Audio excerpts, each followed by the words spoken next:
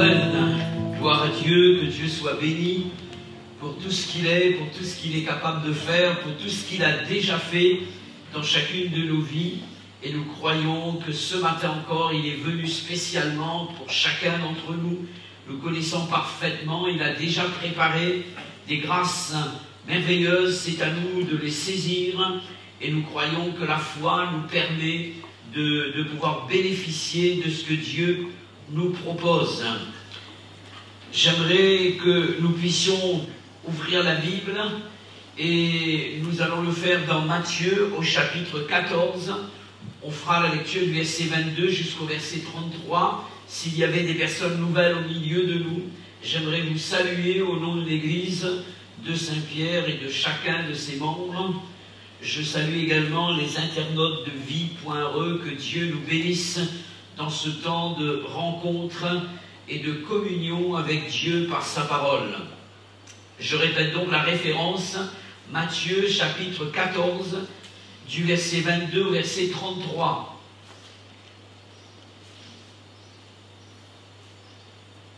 Nous ferons la lecture si vous voulez bien. Aussitôt après, Jésus obligea les disciples à monter dans la barque et à passer avant lui de l'autre côté pendant qu'il renverrait la foule.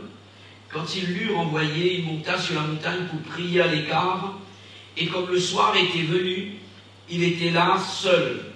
La barque, déjà au milieu de la mer, était battue par les flots, car le vent était contraire. À la 4e veille de la nuit, Jésus alla vers eux marchant sur la mer. Quand les disciples le virent marcher sur la mer, ils furent troublés et dirent « c'est un fantôme ».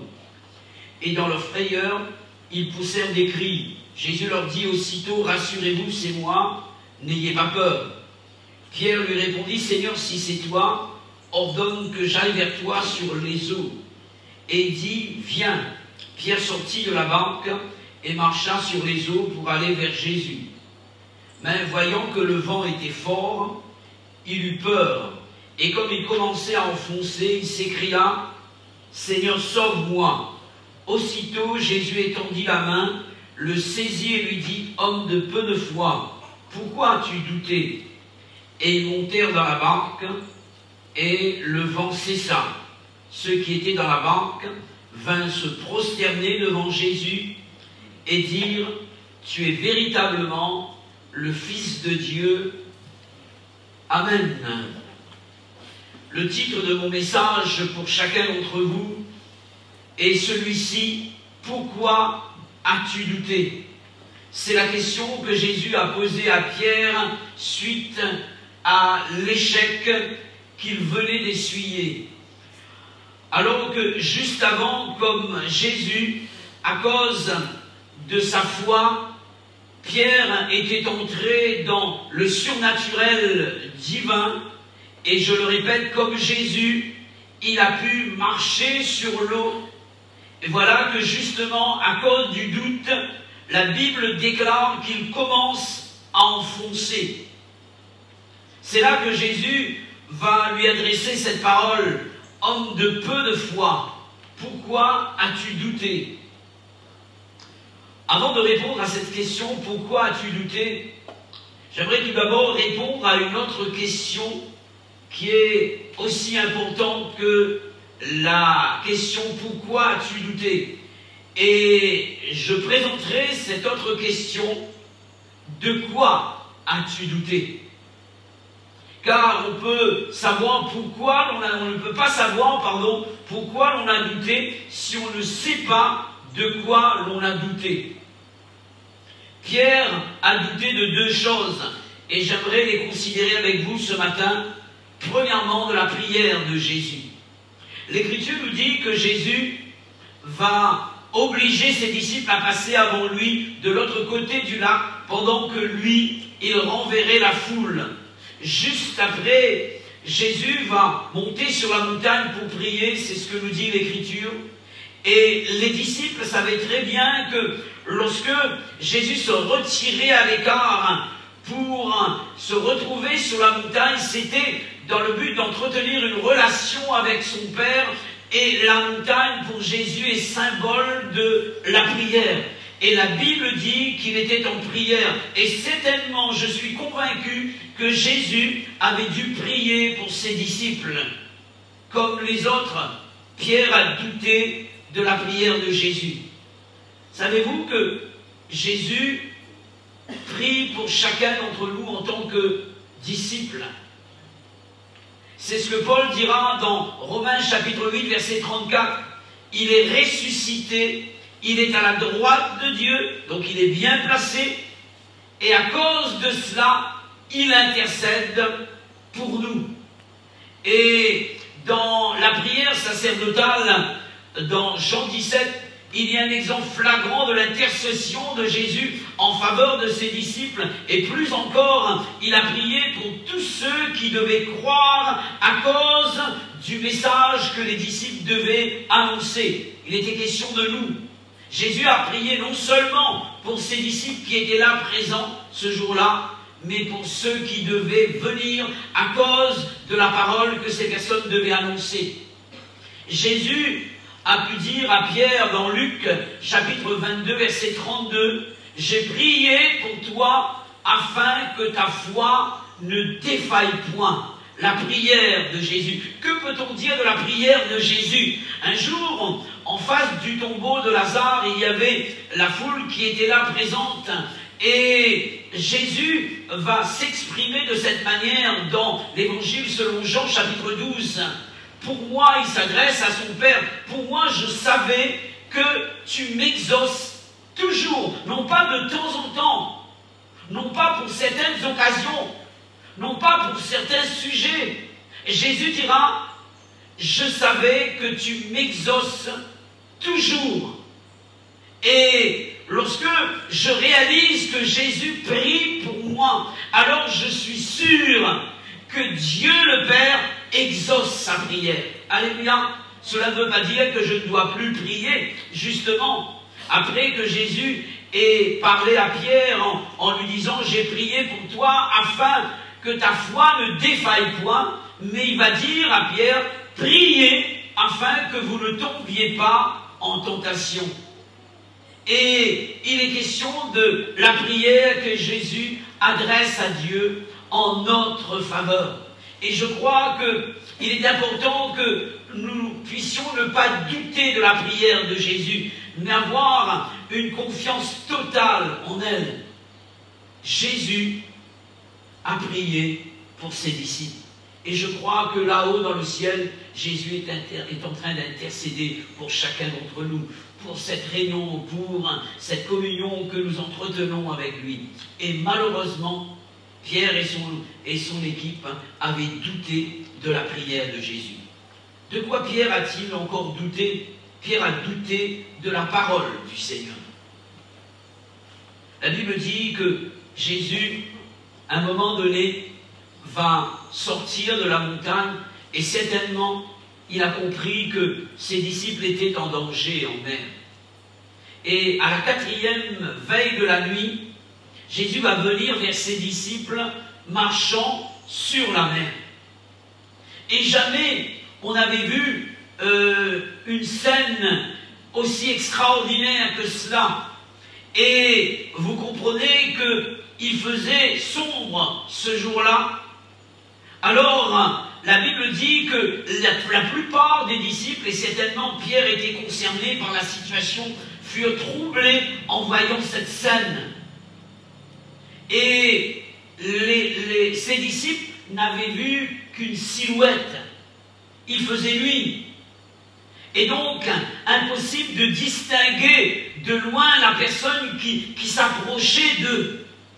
Et vous comprenez que le trouble va s'emparer de leur cœur. Vous comprenez la peur dans le cœur des disciples. Ils poussèrent de grands cris. Alors Jésus va apporter à ses disciples une parole qui va les rassurer. N'ayez pas peur. C'est moi. Et la version originale donne ceci. N'ayez pas peur, je suis. Amen. Il est en train de parler de qui il est.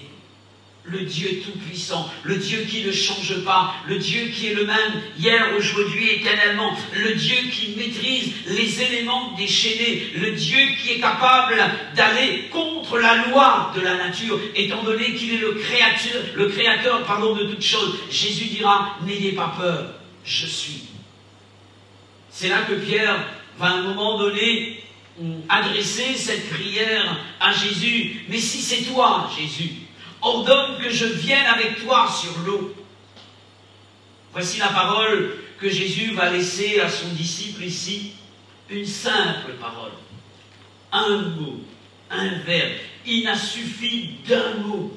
Et vous vous souvenez de ce serviteur, de ce centenier qui dira seulement un mot, Seigneur, dis un mot, et mon serviteur sera guéri. Et là c'est pareil, c'est un seul verbe. Jésus lui dit, viens, viens. Et il a suffi que Pierre capte cette parole par la foi. Et ce sera sur cette parole qu'il va manifester sa foi et va vivre la même expérience que Jésus. Comme le Maître, il marche sur les éléments déchaînés. Comme le Maître, il maîtrise la situation. Comme le Maître, il marche sur l'eau. Si la foi élève le disciple à la hauteur du Maître, le doute, malheureusement, l'enfonce dans les profondeurs des vagues de son ennemi. C'est ce que Pierre a vécu, malheureusement.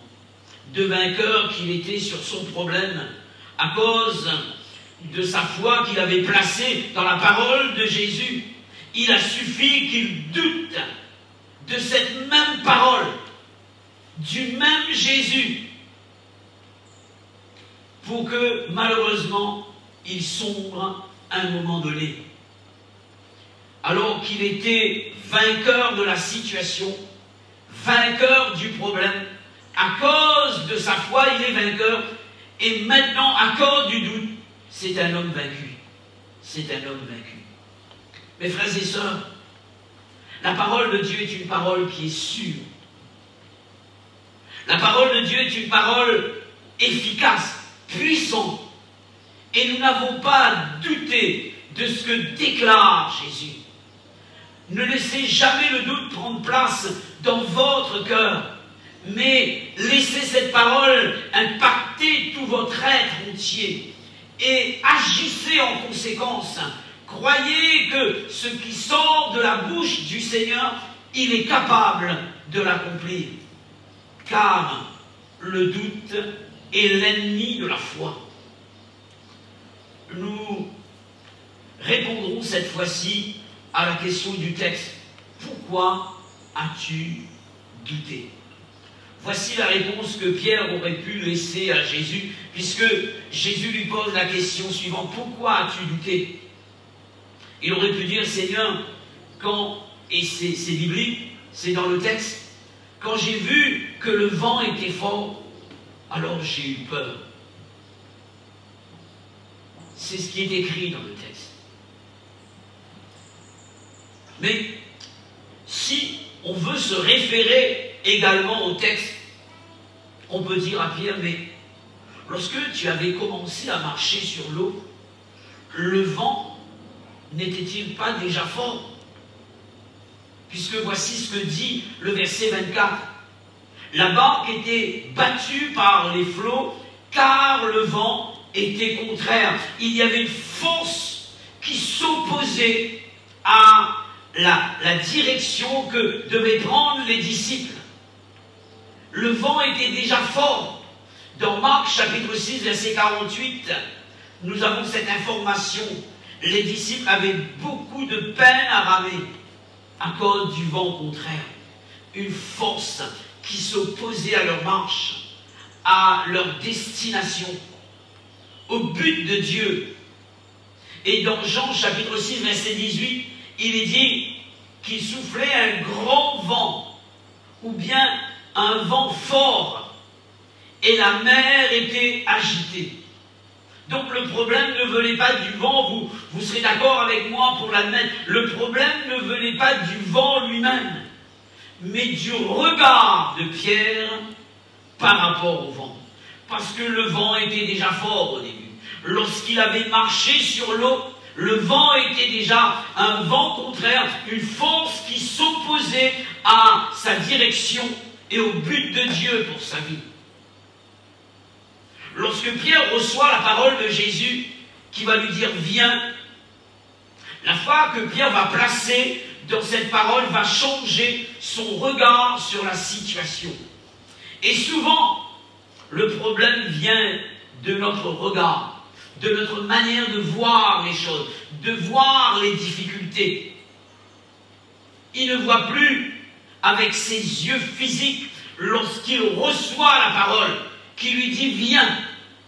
Mais il voit avec les yeux de la foi, les yeux de son cœur, les yeux de Dieu. Alléluia. Il voit comme le Maître, il voit comme Dieu. C'est pourquoi la Bible dit, ayez la foi de Dieu. Ayez la foi de Dieu. Une foi qui voit le problème au-dessous des pieds du Maître. Alléluia. Pour Pierre, Jésus était plus fort que le vent, au-dessus des vagues en furie. Donc, serrant cette parole dans son cœur, et c'est comme si que Jésus lui-même était présent dans son cœur. C'est comme si que Jésus lui-même avait pris le relais. Il y a, à ce moment bien précis, ce que j'appelle un transfert de puissance qui est opéré dans la vie de Pierre par rapport à sa foi. La puissance qui est en Jésus devient la propre puissance de Pierre. Ce n'est plus seulement la puissance de Dieu, mais c'est sa puissance. Alléluia. Il fait corps avec la parole, il fait un avec la parole, et il fait un avec l'autorité de Jésus. Il fait un avec la puissance du nom de Jésus, la puissance de sa parole. Car voici ce que déclare la Bible. Rien n'est impossible à Dieu. Et nous savons que Jésus est Dieu. Mais il est écrit également, tout est possible. Et je peux transposer cette phrase, rien n'est impossible à celui qui croit. Rien n'est impossible à Dieu. Et rien n'est impossible également à celui qui croit. Et Pierre a vécu cette expérience. Pierre est en train de vivre la parole de Dieu parce que tout simplement, sa foi a été placée en Jésus. La foi change notre regard sur l'ampleur de nos problèmes. Je ne sais pas quelle est ta situation. Je ne sais pas quelle est ta difficulté.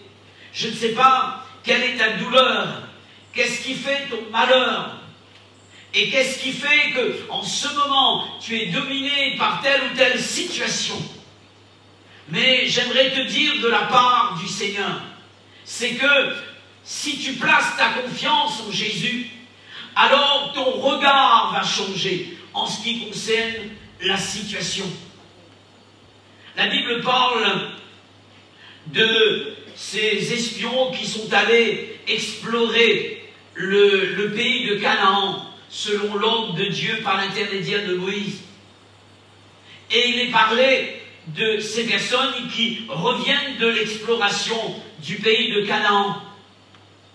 Et il y a un rapport qui est présenté à Moïse au départ. Et je parlerai d'un rapport de personnes défaitistes, des personnes manquant de foi, des personnes négatives. Et il est dit que ces explorateurs vont présenter, il y a un groupe qui va présenter un premier rapport. Il dira, donc nous avons vu des géants et nous étions considérés à leurs yeux comme des sauterelles. Et c'est impossible à nous de nous emparer du pays. Ce sont des races, des fils d'Anak, plus puissants que nous. Et nous allons nous faire piétiner par ces géants. Et c'est impossible à nous de prendre possession de la promesse. C'est impossible. J'aimerais vous rappeler une chose. qu'il y avait le même ennemi, les mêmes ennemis, les géants qui étaient là, le même pays qu'ont exploré ces personnes, le même Dieu, mais le rapport de Caleb et de Josué est différent des autres. Le même Dieu, le même pays, les mêmes ennemis, mais la vision est différente. Le rapport est différent. C'est la vision de la foi. C'est le rapport de la foi. Et Caleb et Josué, animés de foi et armés de courage, va dire ceci. C'est vrai qu'il y a des géants. C'est vrai qu'il y a la terre, elle met, il y a un mais. C'est vrai que le problème est là. C'est vrai que la difficulté, elle est grande. Mais Dieu est là. Et également, nous avons pu donc récolter des grappes de raisin qu'on n'a jamais vues jusqu'à ce jour. Et la Bible dit qu'une grappe de raisin était portée par une perche, par 2 personnes, tellement qu'il y avait de l'abondance. Et Dieu dira, c'est un pays où coule le lait et le miel. 2 rapports différents, 2 visions différentes. Une vision du doute et la vision de la foi.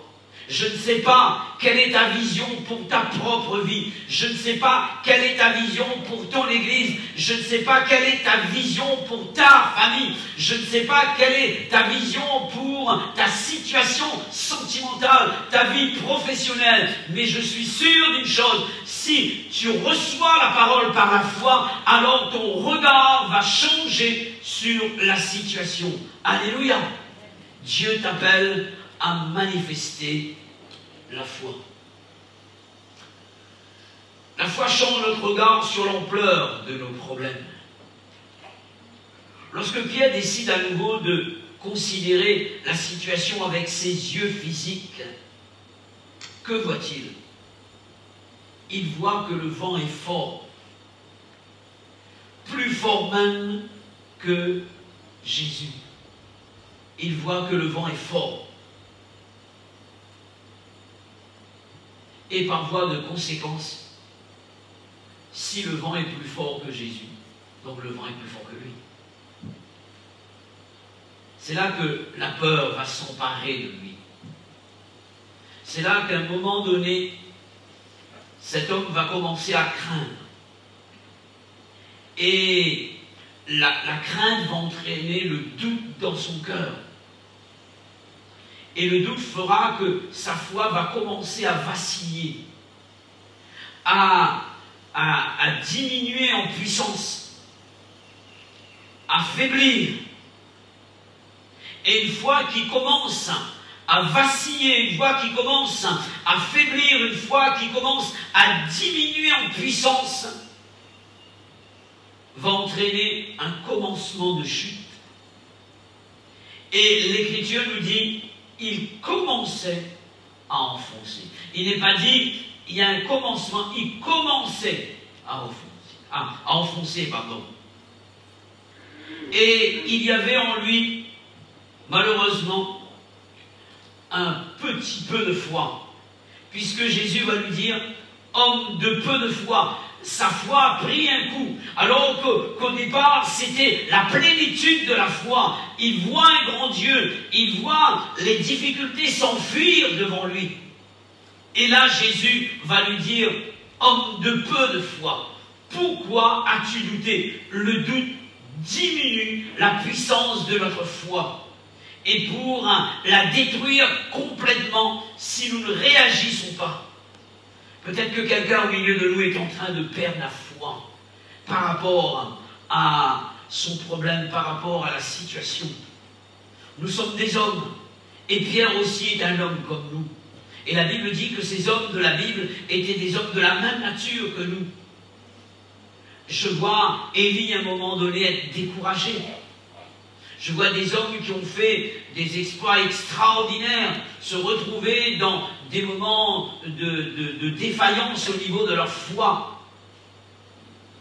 La Bible parle d'Abraham qui a été le père du croyant, un exemple de foi extraordinaire. À un moment donné, alors que le temps passe, et il ne voit pas la réalisation de la promesse de Dieu, il se laisse gagner par la proposition de Sarah, sa femme. Va vers Agar et tu pourras enfanter d'elle, tu pourras avoir une postérité à partir de ta servante. Et là on voit que la foi d'Abraham a pris un coup. Et il est important de veiller sur notre foi. La Bible parle de la foi comme d'un trésor. Amen. Comme d'un trésor. La foi plus précieuse que l'or périssable, dira l'apôtre Paul. Et si l'apôtre déclare que la foi est plus précieuse que l'or, alors je dois la considérer comme un élément précieux pour ma vie, pour mon avancement, pour mon progrès, pour mon épanouissement, pour ma vie spirituelle. J'ai besoin d'entretenir ma foi, et l'entretien de la foi se fait par la parole de Dieu. Car la foi vient de ce qu'on entend, et ce qu'on entend vient de la parole du Seigneur. Amen. Jésus va lui dire, homme de peu de foi, pourquoi as-tu douté? Et ce peu de foi qui était là encore dans le cœur de Pierre va lui permettre de nouveau de crier vers Jésus. Amen. Il va crier vers Jésus. Seigneur, sauve-moi, sauve-moi. Aussitôt, Jésus étendit sa main et le saisit. Amen. Aussitôt. De nouveau, lorsque la foi est manifestée, alors Jésus intervient. Alléluia. Et j'aimerais te dire que si tu es en train de faillir dans le domaine de la foi, si ta foi est en train de faiblir en ce moment, si ta foi est de faible puissance, oui, si tu cries vers Jésus, si tu appelles le Seigneur, il est capable de ressourcer ta foi, il est capable de renouveler ta foi et te permettre de pouvoir de nouveau sortir vainqueur de la situation. Jésus va étendre sa main et va le saisir. Et de nouveau, Pierre avec le maître marche sur l'eau. Amen. Jusqu'à entrer dans la barque. Et Pierre est entré dans la barque avec Jésus en marchant sur l'eau. Alléluia. La foi nous permet de reprendre notre position originelle. La foi en Jésus. Alléluia. Alors que la Bible dit que nous avons été créés en tant qu'hommes pour dominer sur toute situation. Et c'est ce que Dieu dira à Adam. Mais Adam a chuté à cause du péché. Mais en Christ Jésus, lorsque nous manifestons la foi dans sa parole, nous sommes capables de reprendre notre position originelle au-dessus de toute domination, de toute autorité, de toute puissance, de toute dignité, de tout nom qui peut être nommé non seulement dans le siècle présent, mais aussi dans le siècle à venir. La Bible dit aussitôt, il y avait une urgence. Si Jésus n'agissait pas urgemment, Pierre allait couler. Et il fallait qu'il intervienne.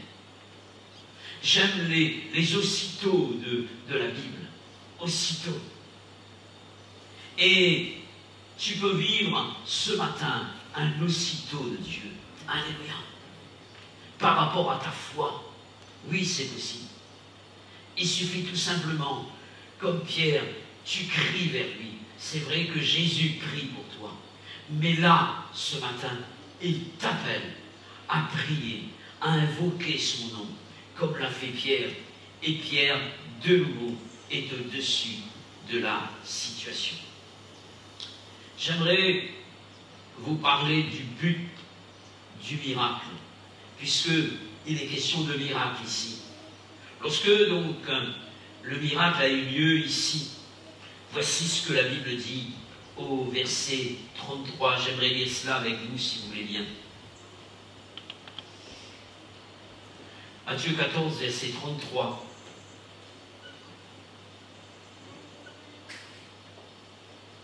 ceux qui étaient dans la banque vinrent se prosterner devant Jésus et dire, tu es véritablement le Fils de Dieu. Amen. Reconnaître la divinité de Jésus. Les miracles qui sont accomplis dans la Bible ne sont pas là seulement pour épater les gens. Jésus n'est pas venu épater les personnes, pas du tout. Tout ce qu'il faisait avait un but bien précis. Jésus n'est pas allé ressusciter tous les morts du cimetière. Quelques personnes ont été ressuscitées. Lazare a été ressuscité, ensuite il est mort comme le commun des mortels. Pourquoi Jésus n'a pas ressuscité de nouveau? Parce qu'à chaque fois que Jésus accomplissait un miracle, c'était pour ce but bien précis.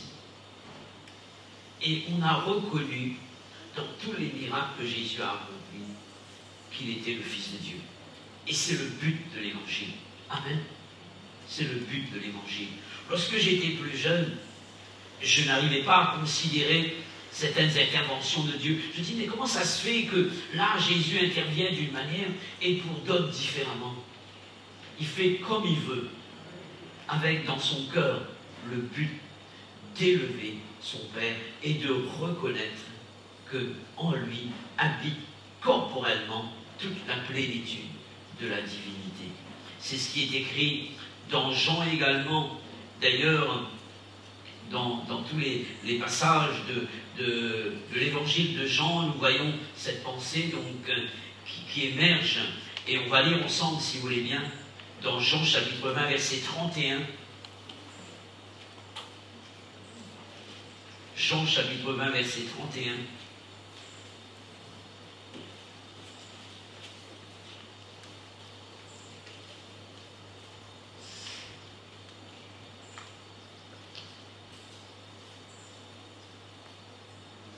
On va lire à partir du verset 30 même.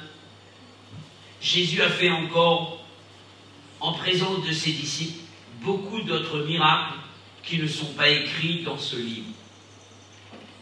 Il y a des choses que Jésus a faites et qui ne sont pas écrites dans ce livre qu'est la Bible. Il a accompli beaucoup d'autres miracles.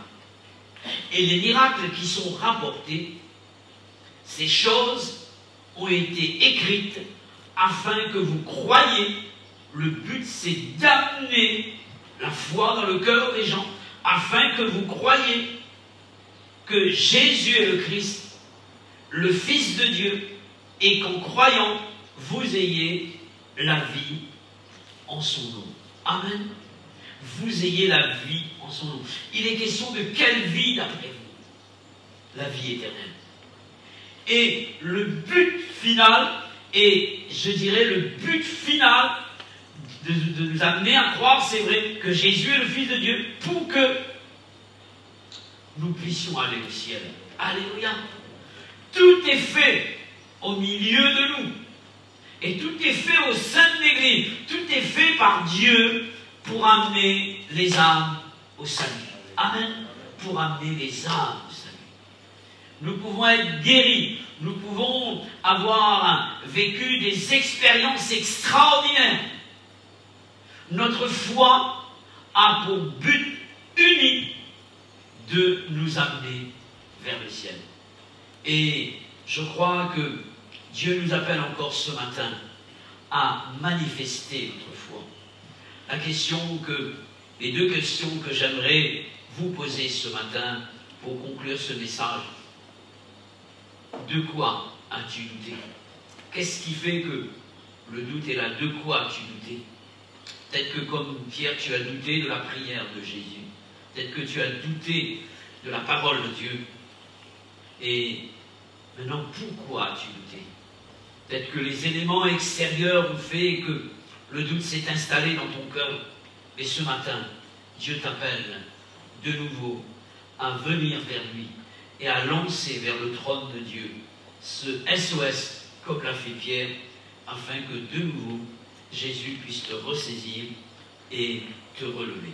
J'aimerais avoir un temps de prière avec vous et permettre à tous ceux qui sont là, à tous ceux qui entendent la voix, de pouvoir bénéficier de la grâce de Dieu. Nous allons prier le Seigneur. Seigneur, merci pour ta parole. Merci pour les expériences que tu nous donnes à vivre et qui nous permettent de connaître et de reconnaître la grandeur de notre Dieu. Mais il arrive que, malheureusement, dans les moments difficiles, Seigneur, nous avons comme l'impression que Dieu nous a abandonnés. On dirait que le problème pour nous est plus grand que le Seigneur. Peut-être qu'il y a de ceux qui vivent en ce moment avec cette vision des choses, parce que le doute s'est installé dans leur cœur. Je prie et nous prions maintenant pour que, Seigneur, accorde ta parole, la foi puisse grandir dans ces cœurs et que de nouveau ces personnes puissent refaire surface. Je prie pour tous ceux, Seigneur, qui sont en proie avec des pensées négatives, des pensées que l'ennemi de leur âme a su leur communiquer. Je prie pour que maintenant la pensée de Dieu envahisse leur cœur et qu'il y ait un triomphe de la part de ces personnes. Accorde la parole, accorde du nom de Jésus. Seigneur, nous voulons nous attendre à toi ce matin. Nous bénissons ton nom et nous te rendons grâce dans le nom merveilleux et glorieux de Jésus-Christ.